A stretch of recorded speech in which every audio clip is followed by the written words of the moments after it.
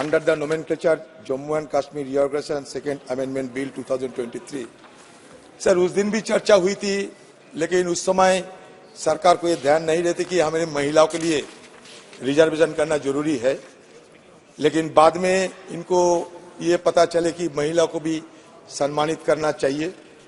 इसलिए जो शुरू से नहीं हुई, चर्चा के दौरान जब विपक्ष की तरफ से सरकार को सारे सलाह दिए गए थे, सारे गुहार लगाए गए थे, तो सरकार को ज्ञान की उदय हुई है और उस समय वो महिला को संरक्षण देने के लिए दूसरा एक विधेयक ला रही है। तो ये उचित कदम है, तो मैं उचित कदम को सराहना करते हैं और समर्थन भी करता हूं। सर बात यह कि सर आप सब जानते हैं कि कल सुप्रीम कोर्ट की तरफ से जो निर्देश आए हैं, जम्मू कश्मीर में चुनाव कराना भी जरूरी है। सुप्रीम कोर्ट ने यह कहा कि 2024 साल के सितंबर महीने के अंदर इलेक्शन कमीशन को यह निर्देशित किया गया कि चुनाव होना जरूरी है।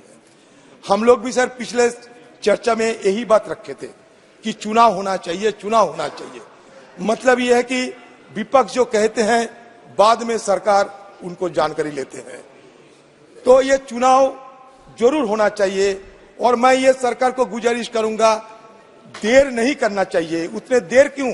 अगर सरकार चाहे, सरकार अगर सुप्रीम कोर्ट पे जाए, सरकार अगर इलेक्शन कमीशन को कहे, तो चुनाव पहले भी हो सकते हैं। चुनाव पहले क्यों नहीं कराया जा सकता? लोकसभा के साथ साथ वहां के चुनाव भी करा सकते हैं। ये कोई मजबूरी नहीं कि हमें जब तक कोई नहीं कहेगा तब तक हमें चुनाव नहीं कराना, क्योंकि सदन के अंदर आपने कमिटमेंट किया था, हमारे गृह मंत्री ने सदन के अंदर एक कमिटमेंट किया था कि हम चुनाव कराएंगे।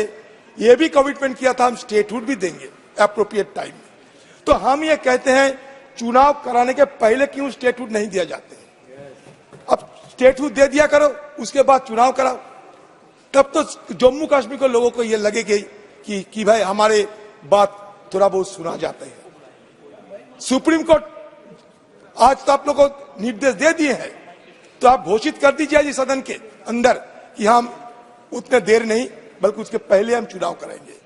ट्रूथ एंड रिकॉन्सिलिएशन कमेटी के बारे में सुप्रीम कोर्ट ने जिक्र किए हैं, इसके बारे में भी आपको कुछ कहना चाहिए, क्योंकि सारे मुद्दा एक साथ जुड़े हुए हैं।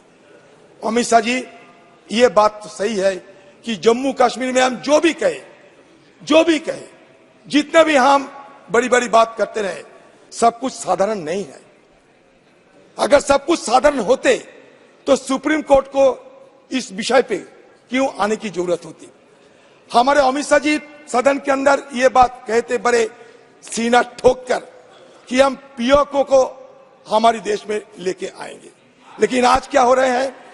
आज पीओके की सीना चीरकर, सुन लीजिए अमित शाह जी, पीओके की सीना चीरकर चाइना पाकिस्तान इकोनॉमिक कॉरिडोर बन रहे हैं। उसका 3000 किलोमीटर की वो रास्ता बन रही है। आप कहते हैं कि हम पीओके के तरफ से किसी को नुमाइंदे बनाएंगे, लेकिन हमारा कहने का मतलब यह है आप कुछ करके तो दिखाओ। मान लीजिए कांग्रेस कुछ नहीं कर पाए, आप तो बलवान हो, आप तो पहलवान हो, तो आप पहलवान होकर पीओके को छीन कर लाइए। हम ये देखना चाहते हैं। सदन के अंदर आपने बड़ी बड़ी बात कहते कि हम सियाचिन को हासिल करके रखेंगे, हम लद्दाख को हासिल करके रखेंगे। सियाचिन हमारे साथ है, लद्दाख को हम हासिल करके रखेंगे। आप लद्दाख में क्या किए हैं बताइए? अक्साई चीन को शामिल करेंगे, क्योंकि अक्साई चीन पीओके के अंदर है, अक्साई चीन कश्मीर के अंदर है, पीओके कश्मीर की हिस्सा है। आपने कहा था, तो अगर आपने कहा था तो अक्साई चीन आप कब लाओगे? पीओके आप कब लाओगे?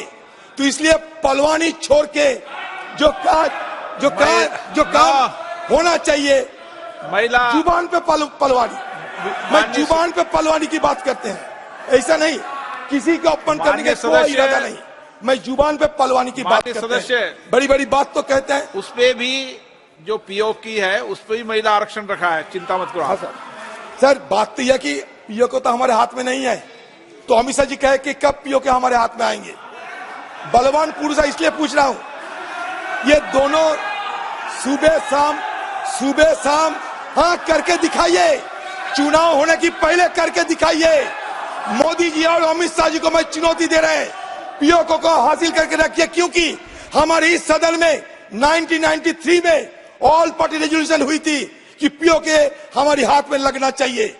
अब चीन वहां से सड़क बना रहे हैं, चीन के खिलाफ एक जुबान, चीन के खिलाफ एक बात नहीं कहेगी। 3 युद्ध लड़े हैं, तीन युद्ध लड़े हैं, अब तक कुछ नहीं हुआ, इसलिए कि हमारी देश में इंदिरा गांधी जैसा आयरन लेडी थी।